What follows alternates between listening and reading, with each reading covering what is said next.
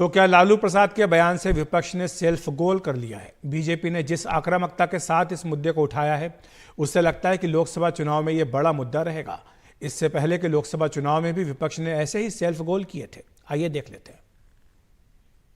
मैं आपको वायदा करता हूं कि इस 21वीं सदी में नरेंद्र मोदी कभी भी देश के प्रधानमंत्री नहीं बनेंगे।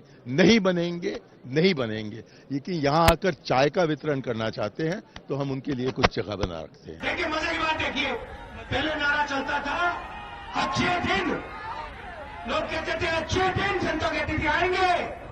अब देखिए, मैं कुछ नहीं कहने वाला, देखिए नया नारा सुनिए, चौकीदार।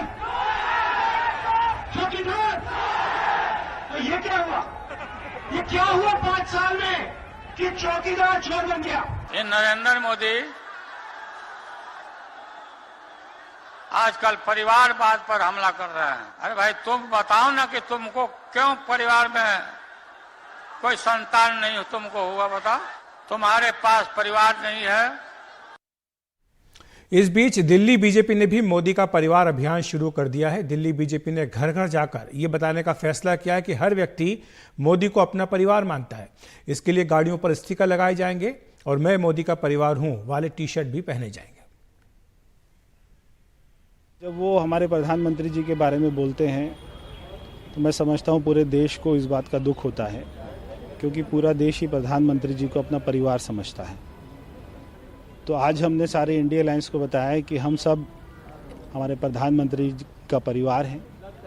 अगर आप उनको गाली देंगे तो हमें भी ठेस पहुंचता है, और देश की जनता बहुत ही ध्यान से सुनती है ये सारी बातें और वो अपने मन में रखती है।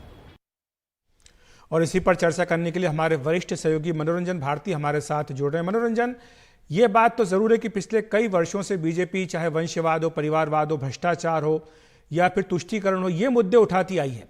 लेकिन परिवारवाद का जो मुद्दा बीजेपी का राजनीतिक मुद्दा रहा है, उसको जिस तरह से व्यक्तिगत मुद्दा कल लालू प्रसाद यादव ने बनाया, उसके बाद अब बीजेपी आक्रामक दिख रही है। क्या ये लग रहा है कि ये एक सेल्फ गोल कर दिया, जैसे कि मणिशंकर अय्यर ने 2014 में या राहुल गांधी ने 2019 में किया था, वैसे ही? देखिए, इतिहास गवाह है, और जब जब चुनाव होते हैं और तो कोई न कोई ऐसा मुद्दा उभर के सामने आ जाता है जो आगे जा कर के एक बड़ा मुद्दा बन जाता है।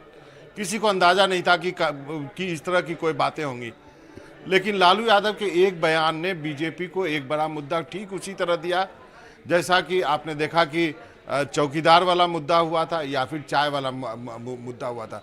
और हर चुनाव के समय विपक्ष की गलतियों की वजह से बीजेपी या प्रधानमंत्री कोई ऐसा वर्ड पकड़ लेते हैं जिसे कि बीजेपी बहुत बड़ा मुद्दा बना देती है। और अंदेशा इस बात का इस बार भी है कि ये जो परिवार का मुद्दा है, और ये एक ऐसा चुनावी मुद्दा विपक्ष ने बीजेपी के हाथ में दिया है जिसके लिए लगता है उनको हो सकता है कि पिछले 2 चुनावों की तरह इस बार भी उनको इसका खामियाजा उठाना पड़े।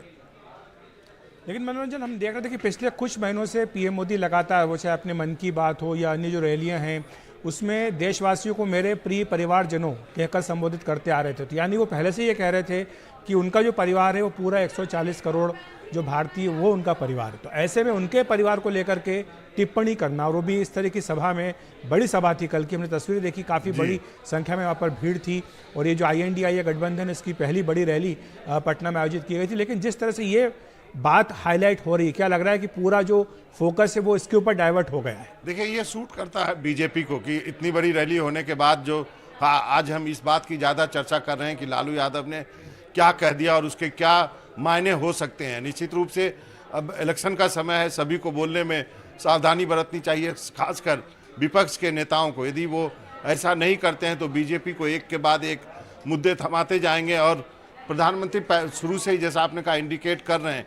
यदि वो क्लास की बात होती है या फिर राहुल गांधी जब आरक्षण की बात करते हैं तो वो प्रधानमंत्री अपने जो हैं वो गिनाते हैं कि किस तरह किसान, महिला और बाकी जो है वो उनके क्लास हैं। तो इस ढंग से की जब चीज़ें होती है चुनाव में, तो मुझे लगता है कि विपक्ष के नेताओं को सीख लेते हुए और पुराने अनुभवों, पुराने 2 चुनावों से के अनुभव 2019-2014 से सीख लेते हुए जो कुछ भी बयान दें उस पर 1 सेकंड सोचने की ज़्यादा जरूरत है। जी। बहुत बहुत शुक्रिया आपका मनोरंजन इस तमाम जानकारी और चर्चा के लिए।